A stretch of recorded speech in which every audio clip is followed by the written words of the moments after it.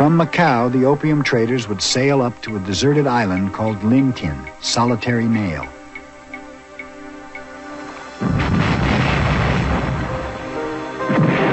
At Lintin, protected by gunboats, the opium was transferred into storage ships, where it waited like groceries on a shelf for customers from Canton to claim it. On decks, choking with balls of opium and silver, Chinese middlemen bought their drugs. They smuggled them back to shore in boats called fast crabs or scrambling dragons. For the foreign merchants, there was almost no risk involved. There was no denying the effects, as Edward Delano discovered years later in an opium den he visited in Singapore. One man was prostrate under its effects, pale, cadaverous, and death-like in appearance. He was quite insensible to touch, for when I took his pipe from his hands, he offered no resistance, though his eyes tried to follow me. By 1835, over 2 million Chinese were addicted to opium. The lower classes took to it because they found it stimulating and kept them at work longer than the undernourished people could have coped with the kind of workloads they had. So opium sort of eased their pain. The upper classes were greatly affected by it in a way very much like today. It's the middle class and above, the people who had the money, the young, bright children of such families were the ones who took to it, and they destroyed the basis of that already rather thin literati class that provide the ruling elites of China. The emperor's court was extremely worried. But what did they do?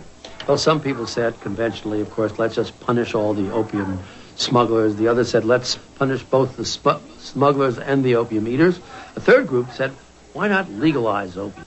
销鸦片毒害了千千万万的中国人民。到1838年，仅广州一地就输入了4万多箱鸦片，抢走了3000多万两银子，中国的经济濒于破产了。这是中国人民不能容忍的。 Lin wanted to know more about the foreign devils who were pushing opium. 那不是商馆吗？是的。把船靠近一点。 As he surveyed the Canton factories, Lin decided that the British merchants must be outlaws. The British government couldn't possibly support men like these. Who are these people?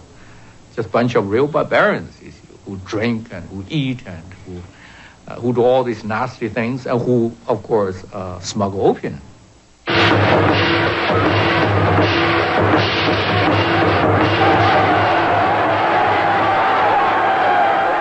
Impatient for results, Commissioner Lin blockaded all foreigners in their Canton factories.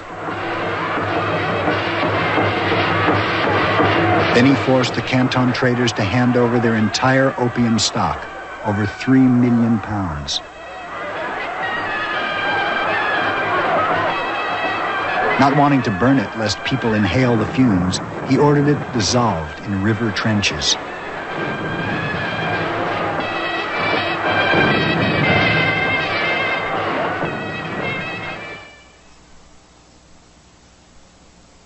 These are the trenches where Lin dissolved the opium. Standing on these banks, Lin offered a prayer as the opium flowed to the sea. You who wash away all stains and cleanse all impurities should tell the creatures of the water to move away for a time, to avoid being contaminated.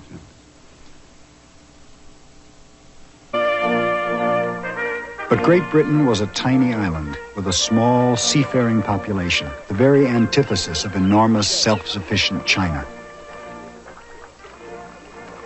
The lifeblood of England's empire was overseas trade, and by 1839, opium was the world's most traded commodity, the linchpin of the world trading system. The position was impossible.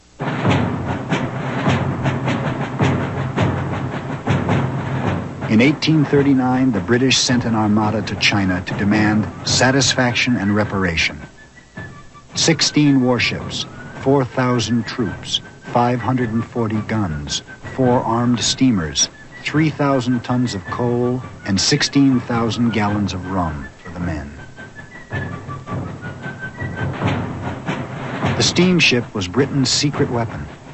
Able to motor up rivers without regard for wind or tide, it put a handful of men in control of China's waterways.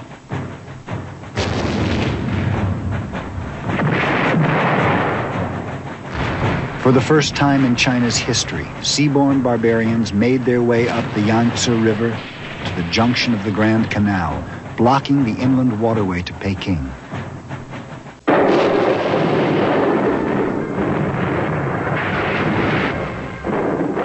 In Canton, British guns pounded local forts. Then infantrymen attacked Fort Chenpi.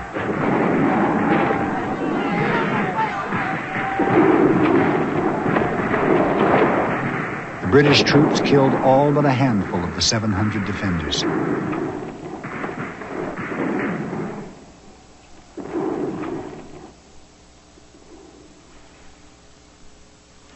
The fort remains today, pockmarked with the bullet holes of British muskets. An American, William Henry Lowe, visited the fort the day after the battle. The fort was all battered to pieces. The inside looked more like a slaughterhouse than anything else. I saw the skeleton of one poor fellow who had been burned, probably from his powder taking fire. To end the war, the Chinese agreed to terms. They paid $6 million in silver to cover the opium destroyed in Canton, and $12 million for British war expenses. In addition, the British forced China to open Canton, Shanghai, and 3 other cities to Western trade. This led to a bitter irony. The treaty broke the Han monopoly on trade, freeing Chinese traders to build up the port cities. They all sort of joined together and worked out spheres of influence. The British had the Yangtze, and the French took the southwest, and the Germans took Shandong, and the Russians had the northeast, and the Americans also took advantage. And I think this is what made the Chinese feel that it was a kind of a ganging up against them. It wasn't just one against one. It was all together, all the West, turning it on the Chinese civilization.